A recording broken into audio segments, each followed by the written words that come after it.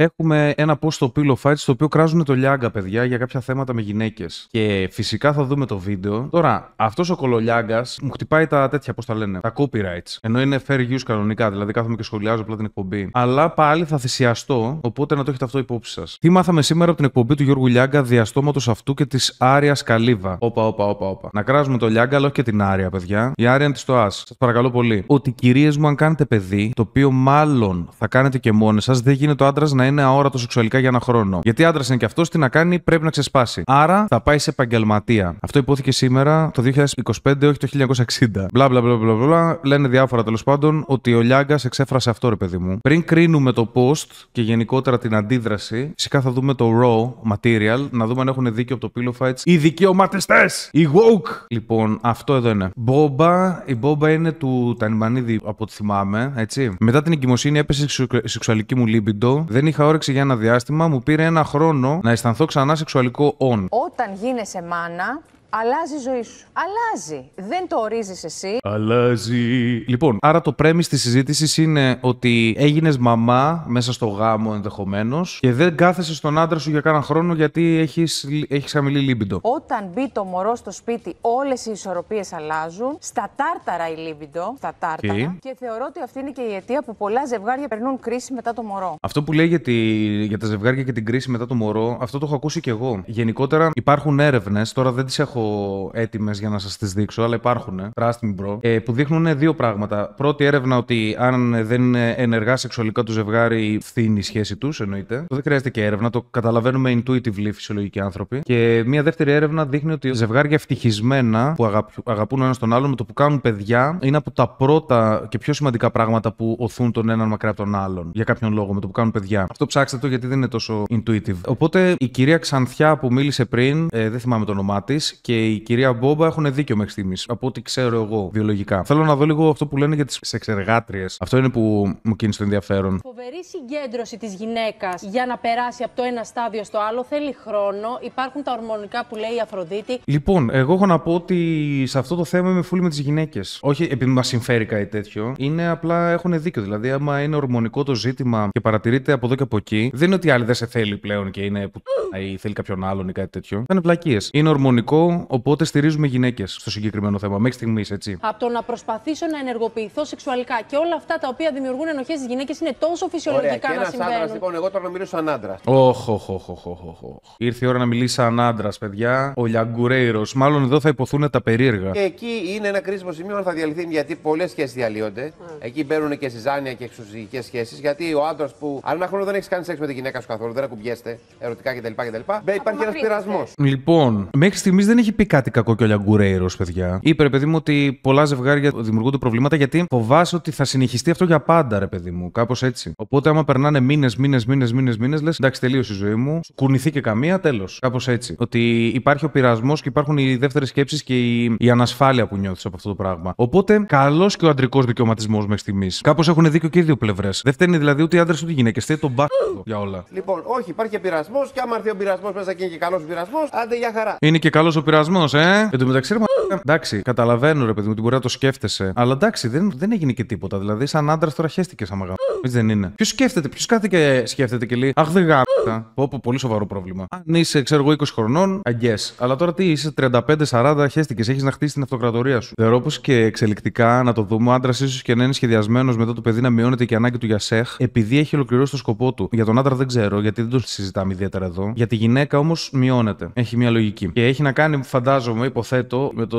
να δώσει την πρέπουσα σημασία σε αυτό που έχει κάνει ήδη και όχι να πετάει 37 μωρά. Κάπως έτσι, δηλαδή η στρατηγική του είδους μας είναι πιο πολύ, ξέρεις, να κάνεις αυτό και να το προσέξεις καλά. Και μετά από κάνα χρόνο κάνε ακόμα, εντάξει. Πολλές φορές μπορεί να μην επανέλθει και να επανέλθει το σεξ με τρίτους. Και από τη μεριά της γυναίκας. Όχι μόνο από τη μεριά του άντρα.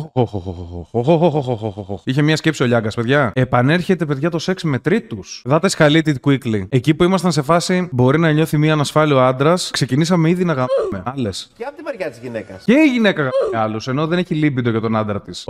Γιατί σταματά να βλέπει ερωτικά τον άντρα σου και μπορεί να δει ερωτικά έναν τρίτο άνθρωπο. Δεν είπε αυτό, ρε. Είπε ότι δεν έχει λίμπιντο γενικότερα. Για το content τα λέει ο άτιμος. Και εγώ αυτό πιστεύω, παιδιά, ότι σκέφτηκε ότι αυτό το θέμα είναι τόσο απλό και συμφωνούμε όλοι. Ήρθε η ώρα να κάνουμε το συνήγορο του διαβόλου και να πάρουμε views. Είναι υποστηρικτικοί στις γυναίκες τους που γεννάνε και φέρνουν στον κόσμο το παιδί τους. Δηλαδή δεν μπορώ να σκεφτώ ότι ένας σύντροφος ή ένας σύζυγος. Σωστό και αυτό, ρε. Δηλαδή, πόσο αρχή μπορεί να είσαι. Η άλλη σου έκανε παιδί, έτσι. Εκπλήρωσε τα βιολογικά σου ένστικτα μόλις και εσύ θα είσαι τόσο αρχή που θα πεις nope, μου σηκώθηκε, πρέπει να πάω να το βάλω κάπου. Όσοι θέλετε να στηρίξετε αυτά τα βίντεο, μπορείτε να το κάνετε μπαίνοντας στο Patreon. Με 8 ευρώ παίρνετε και πρόσβαση στο κλειστό Discord στο As. Για να τα λέμε εκεί και να κάνουμε χαβαλέ εκεί. Κάντε όλοι ένα like. Εν τω μεταξύ, legit, αυτή η εκπομπή εδώ, πρώτη φορά αυτό από το πρωινό, ρε παιδί μου, φαίνεται να είναι χρήσιμη. Δηλαδή λένε κάτι το οποίο είναι καλό να ακούγεται, σαν έτσι κοινωνικό φαινόμενο το οποίο πρέπει να το αντιληφθεί το άλλο φύλο. Πολύ ενδιαφέρον. Πρώτη φορά δηλαδή μιλάνε για ένα θέμα το οποίο δεν τα έχω δει με αυτό το perspective. Όχι να το καταλήξεις. Μου λίγο χρόνο. Αλλά άμα ένα. Όχι, ο Λιάγκας όμως σκέφτεται, θα κάνουμε σοβαρή εκπομπή που λέμε τα πράγματα όπως πρέπει και όπως πρέπει να ακουστούν. You must be new here. Λέει, κάτσε ρε παιδιά, μήπως είμαι content creator. Μην το ξεχνάμε αυτό. Δεν μπορεί όμως να περνάει και ο άντρας και να είναι διάφανος, ο άρωτος άνθρωπος που λέγαμε. Μια χαρά μπορεί να μαλάκα στα αρχικά μας. Suck it up. Η άλλη κάθεται, ξεσκίζεται για να βγάλει ένα μωρό, το κουβαλάει, το φυλάζει να τη δαγκώνει τις ρόγες και εσύ είσαι σε φάση. Αχ, θέλω να τον παίξω. Αχ, μπορεί κάποιος να ασχοληθεί και μαζί μου. Άντρα σε ρε μαλάκα. Πάνε στον πόλεμο και άστινα. Πάνε στα καράβια. Πάνε εξερεύνη σε μια λύπηρο. Όπως κάνανε παλιότερα. Κάνανε ένα μωρό και φεύγανε για 8 μήνες. Δεν είναι. Δηλαδή πρέπει να καταλάβεις και ότι και αυτός είναι εκεί. Ναι, πάντως και η γυναίκα, επειδή μου το λες σαν να.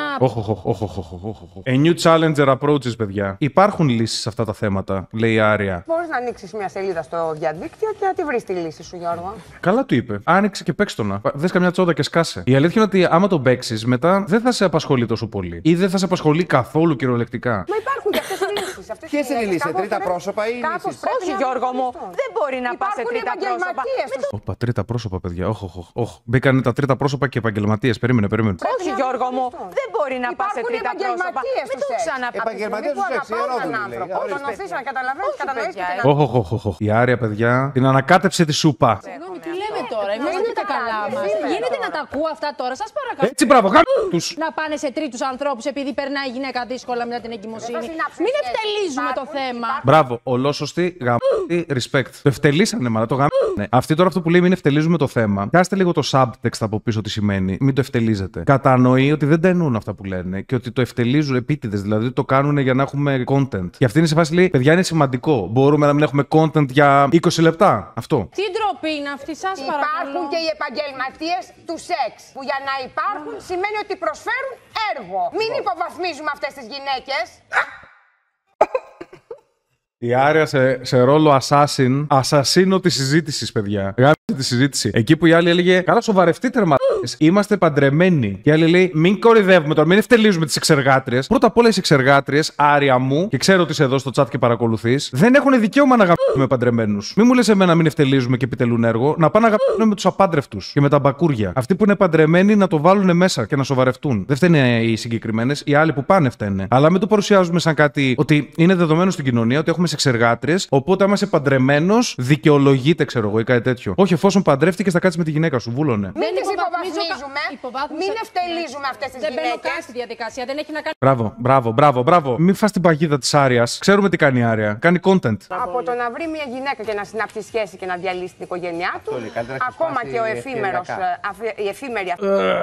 Από το να βρει μια γυναίκα είναι τύπου false dilemma φάλαση. Από το να βρει μια γυναίκα και να τα φτιάξει μαζί της και να χαλάσει τη σχέση του, καλύτερα να πάει να το ρίξει. Όχι, ρε μαλάκα, να το βροντίξει στο ίντερνετ. Γιατί να πάει στη εξεργάτρια, όχι, απαγορεύεται. Παντρεύτηκε, τέλος. Σε κοιτάει ο Θεός από πάνω που ευλόγησε τη σχέση σου. Κόψει μαλάκες. Το rage bait της Άριας είναι next level. Ναι, ρε, ναι. Και ο Λιάγκας χάρηκε τώρα γιατί βλέπετε την ικανοποίησή του. Γιατί έχει και σύμμαχο στο content. Άρα η Άρια θα άφηνε τον άντρα της να πάει. Μπράβο, στρατάρα. Εδώ γίνονται οι πραγματικές ερωτήσεις. Τώρα μιλά σωστά αντρικά. Πάντως, εγώ ξέρω ένα ζευγάρι, παιδιά, για να το ελαφρύνει. Όχι, θα το ελαφρύνει, παιδιά τώρα. Που μετά δεν ήθελε να κάνει σεξ η γυναίκα με τον σύντροφό της, αλλά το κάνανε πλάκα κτλ. Αυτός είναι ένας υπερσεξουαλικός άνθρωπος και ξέρετε και δεν αντέχω. Άκου εδώ, είναι υπερσεξουαλικός άνθρωπος. Δεν αντέχω. Βάλτε τον στο ψυχιατρίο, ρε.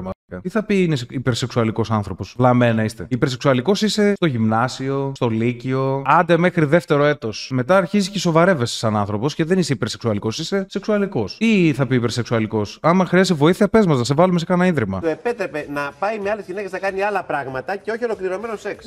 Τι λες, ρε μαλάκα? Αυτό τώρα ποιος του το είπε και το πίστεψε? Βασικά τώρα το έβγαλε από το μυαλό του. Είναι κάποια φαντασίωση του Λιάγκα και την είπε. Του επέτρεπε η γυναίκα του, επειδή δεν είχε όρεξη εκείνη την περίοδο, να πηγαίνει με άλλες και να δίνει κανένα τσίμπο. Αλλά δεν θέλουμε διείσδυση, παιδιά. Πολύ based. Ρε Γιώργο, δηλαδή λυπήσου μας, ας πούμε. Αυτή η πορτοκαλάδα. Αυτοί και οι άλλοι μαλάκες κρατάνε την ισορροπία σε αυτή την καμένη εκπομπή. Τις αφήσαμε λίγο να μιλήσουν, γιατί συνήθως είναι ο Λιάγκας με τους γύρω-γύρω, και αυτές είναι πιο πολύ γλαστρόιδοι. Τις αφήσαμε να μιλήσουν και έγινε highbrow σοβαρή εκπομπή κατευθείαν. Πράγματα και όχι ολοκληρωμένο σεξ. Ρε Γιώργο, δηλαδή λυπήσου μας. Αυτή η πορτοκαλάδα τι είχε μέσα. Το pass all the way. Δηλαδή πραγματικά θα λιγοθυμίσω. Το έχω και εύκολο στη ζωή. Δηλαδή φτάνει. Βγαλμένα τη ζωή. Πού είναι το συναίσθημα? Τι βγάλουμε από την ζωή, ρε μαλάκα? Το έχουν κάνει, ξέρω, 3 ζευγάρια σε όλη την Ελλάδα, όλων των εποχών. Και δεν είναι και τα πρότυπα ζευγαριών επίσης. Ξέρετε τι προκαλεί? Δηλαδή, μιλάμε τώρα για σκέψεις 15χρονου, όχι μαλακίες. Δηλαδή πρώτη φορά τα ακούτε αυτά. Γιατί είμαστε όλοι αυτά σύννεφα? Τι λες, μωρή! Άρια, άσε τώρα τις μαλακίες εμάς. Ξέρουμε τι είναι φυσιολογικό και τι είναι εκτός πραγματικότητας. Πες το ρε Τάσο, να ακουστεί αυτό που είπες, σε που παρακαλώ. αγαπάει, κάνει υπομονή και σε αυτή την περίοδο. Μπράβο, όπως ρε, και σε άλλες, Τάσο, μπράβο. όταν χάνει ένα αγαπημένο της πρόσωπο, όταν δεν της αρέσει το σώμα της, όταν απολύεται από τη δουλειά, όταν δεν της αρέσει κάτι γύρω της, πρέπει να κάνει υπομονή. Μπράβο, Ο ρε, άντρας που Τάσο. αγαπάει τη μάνα του παιδιού του. Μπράβο ρε Τάσο, μπράβο.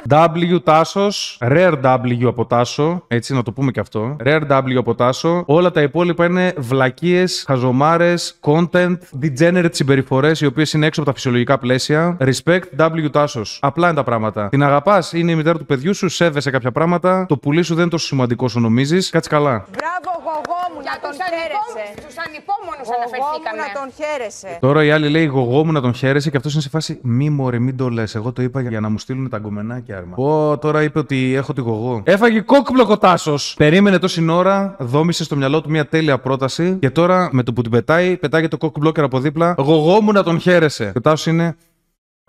Λειτουργεί διαφορετικά ο καθένας. Υπάρχει μία ζωή. Δεν ξέρουμε αύριο αν θα μας πατήσει ένα αυτοκίνητο και θα.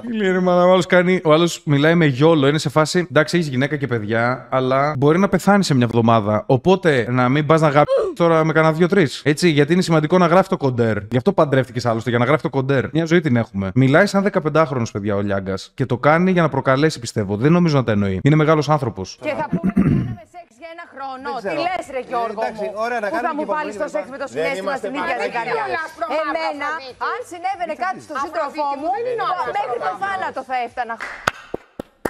Τέλος. Αυτό είναι ο γάμος, παιδιά. Αυτό εδώ είναι ο γάμος. Έγινε κάτι στον σύντροφό μου, δεν θα ξαναγαμίσω άλλον. Τέλος. Και να πεθάνει και να πάει με άλλη ενδεχομένως, πάλι εγώ πιστεύω. Όχι, εντάξει, αυτό δεν ξέρω. Ένα πολύ γνωστό μου ζευγάρι κτλ. Έπαθε κάτι ο άντρας που δεν μπορούσε για. Ακούστε τώρα τι γίνεται. Κάθε φορά σκέφτεται κάτι αυτός που καβώνει εκείνη τη στιγμή και λέει: Ένα γνωστό μου ζευγάρι, κοιτάξτε τι έκανε, παιδιά. Έτσι, κοιτάξτε τι έκανε. Το ένα χέρι μέσα στο παντελόνι. Μετά από πολύ καιρό λοιπόν η γυναίκα βρήκε σύντροφο. Την κατανοώ. Την κατανοώ. Την κατανοεί, παιδιά. Την κατανοεί. Ο χρυσός κανόνας του ψεύτη, παιδιά. Όταν γίνεται κάτι γαμάτο σε έναν άλλο, τρίτο, το παίρνει και το κάνει στο πρώτο πρόσωπο. Λες, εγώ έκανα αυτό. Επειδή σου είπε μια ιστορία ένας άλλος. Άμα κάτι ηλίθιο σκέφτεσαι εσύ, ενοχικό δικό σου, το μεταφέρεις μετά στο τρίτο πρόσωπο. Ο χρυσός κανόνας του ψεύτη. Ποια δεν υπάρχει μαγειρική. Θα πάμε σε ακόμα ένα θέμα, κύριε. Μπράβο, τώρα με λέει σωστά ο Λιάγκας. Τι μαγειρική τώρα εδώ, είχαμε σοβαρό θέμα. Αυτά να τα βλέπει ωραίους που μας βάζει, ξέρεις.